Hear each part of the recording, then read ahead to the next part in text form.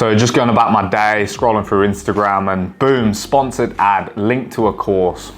Are you fucking joking? Like, how the fuck are you guys actually falling for this shit?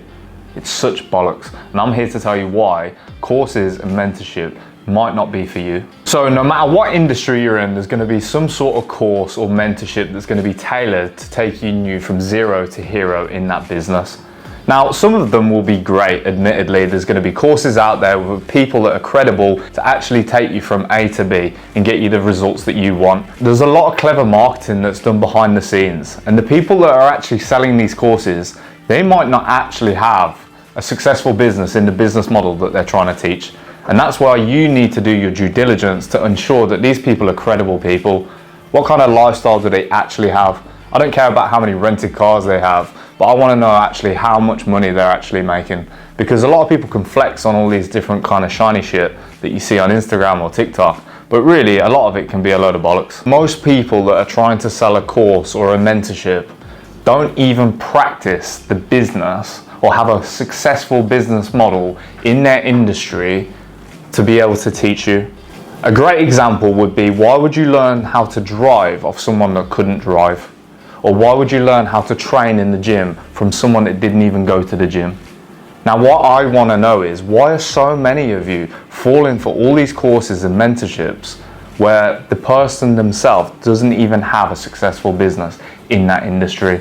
They've white labeled some sort of program that's going to take you from A to B, and I guarantee B is going to be exactly where you started back at A. This all stems back to the marketing. If they're good at marketing and they can showcase a nice lifestyle, naturally some of you who are naive are going to fall for it. If you're 18, 19 years old with no life experience, you're going to look at this and think, wow, like, he's going here, he's going to this dinner, he's going to this event, he's driving this car, he's flying on this plane. Like, did you know that you could actually sit on a jet and pay to sit in a window seat and the jet doesn't even take off? Like, there's so many ways to flex that you've got money when you've probably got nothing, and you just need to have a good eye for knowing who's bullshitting and who isn't. Do you know how easy it is to rent a car and take a photo and put it on your story? And not only that, half of these guys, they're stealing other people's photos. Like, I caught one guy the other day actually stealing my videos and then putting it on his Instagram so that he could sell a course. I've seen this firsthand myself, and I'm not here to try and call out anybody in particular. You'll probably know people in the social media space that are doing this. But the point is, I'm here to help you be less naive and be a better judge of character. A lot of these mentorship programs and courses, you don't even have access to the person that you're looking at on social media. There's so many people that have all these different programs, and you don't even get to chat to the person that you wanted to chat to in the first place. The person that you bought into with the clever marketing isn't even going to be the one that's on WhatsApp or on a phone call with you. So you really need to analyze and do your due diligence beforehand before you actually pick who you want to be your mentor. You can't just assume that this person is who they say they are. You actually need to do research. You need to look at what kind of companies they own. How long has this company been registered for? What kind of turnover does it have? You need to start asking the relevant questions. And if they shy away from these type of questions, then that is an immediate red flag. Not everybody has what it takes. I guarantee there's going to be lots of you watching this video that will never ever be an entrepreneur. And that's not always a bad thing. There's plenty of situations where you can be a great employee and still make a lot of money. You can still be a CEO, you can still be a director, you can still be in a very high up position. You don't always have to be an entrepreneur. Not everyone's personality is suited to being an entrepreneur. Myself and Liam were born to be entrepreneurs. It was in our nature. We were doing things as children, as teenagers, as young adults that all predicted entrepreneurial behavior. I'm a big believer that it has to be a mutually beneficial agreement for it to make sense, especially when it comes to mentorship. Now, a course could just be something that gives you a little bit of information to get started, and some people will have the initiative to then take it in their own direction. But when it comes to actual mentorship and having a one-to-one, it needs to also benefit the other person. Now, that doesn't have to be financial. There's plenty of different people out there that mentor people for their own gratification. An example of where our mentorship in particular is mutually beneficial is that if someone's in the OFM industry and we're teaching them literally the secrets of how we scaled our own agency to 8 figures per month.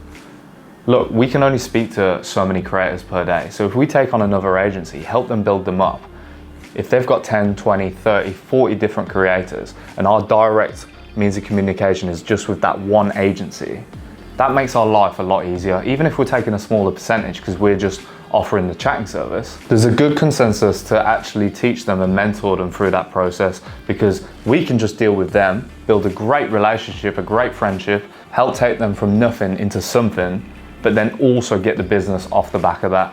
And that is a mutually beneficial way of teaching someone how to start from zero to hero. One thing to watch out for is that someone is trying to convince or persuade you to do business. So when it comes to courses and mentorship, if someone's trying to persuade you to buy their course, it can't be that great, because they shouldn't have to convince you. One of the biggest red flags is someone is trying to persuade or convince me or Liam to do business. It just doesn't make sense. It's a big no, and we try and steer way clear of people that try and convince or persuade you. Because think of it like this: if they had the social proof and we looked at them and thought, you know what, they've fucking got it, we don't need convincing. We've already bought in. Like we know that these people can show us things that we don't know yet, and it's gonna better our ability to either make money or be better people. So don't be persuaded or convinced by anyone online. You need to check and see if they have the social proof. Would Ronaldo invite you down to the football pitch and say, look bro, do you want to learn how to play football? Or would you just turn up because you know he's Ronaldo and you know he's the best in the world? Because we're in the OFM industry, we're very careful about who we put our name to. I don't want just some random guy to come to us and say, look, I want to be mentored by you guys, and I don't even know who he is. It doesn't make sense. He could be a nonce. We don't want to work with nonces. We're in an industry where we have to remain professional at all times, and we can't just put our name to random people. So in this industry, again, if someone's trying to convince you or persuade you, and they're prepared to put their name to you, and they don't even know who you are, or they haven't even took any time to get to know who you are, it doesn't make sense either. So just be careful who it is that's trying to call you for an hour to persuade you to join their shitty course. If anything, we actually try and put people off it. If I can see that someone's not a born entrepreneur, like I mentioned before, look, it's not gonna work. It doesn't make sense. If I put my name to you and you don't get the results that we need you to get, that's gonna look bad on us. That gives us a bad reputation. And our reputation is more important than making a few extra thousand from a mentorship. It doesn't make sense. So really, we need guaranteed success. I need to look at someone and go, you know what, he's fucking got it. I see myself in him when I was younger. That's what I'm looking for. This guy's got the traits that I had, that I know got me to here. So if he's gonna do the same, I wanna be on that journey with him. It's actually in our interest to mentor this person, because if he's gonna get to here, he might be able to teach us something. I actually think it's important that potentially one day you might actually outgrow your mentor. If your mentor's not prepared or humble enough for you to potentially outgrow them, then they should not be your mentor. We have 18 and 19-year-olds on our program that are absolutely smashing it.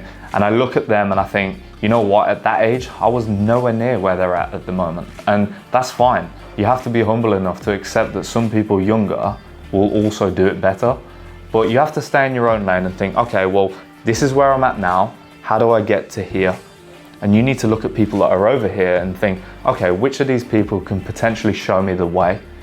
It doesn't matter what stage you are, whether you've got no money, whether you're a millionaire, whether you're a billionaire. I guarantee that no matter where they are on their journey, they're going to be taking some sort of inspiration off somebody else. And that's why it's absolutely okay to outgrow your mentor and get a new mentor. You always need to look up to the next best thing, whether that's your car that you're driving, whether that's the girlfriend that you have, whether that's the business turnover that you currently have. It doesn't matter what it is, whether it's the gym, you want to get bigger, you want to get leaner. It doesn't matter. You always need to have a goal and a reason to get up out of bed. You also have to remember there's over 7 billion people out there and there's enough to go around. I tell people all the time that, look, if you're the next biggest agency, I'm not scared of that. Because if we can work together on some sort of project in the same sector or industry, then that's great. It's all about relationships and meeting new people. Don't try and be a one-man army and snake everyone. Because I guarantee if you've got a strong team that all have the same burning desire to achieve the same goals,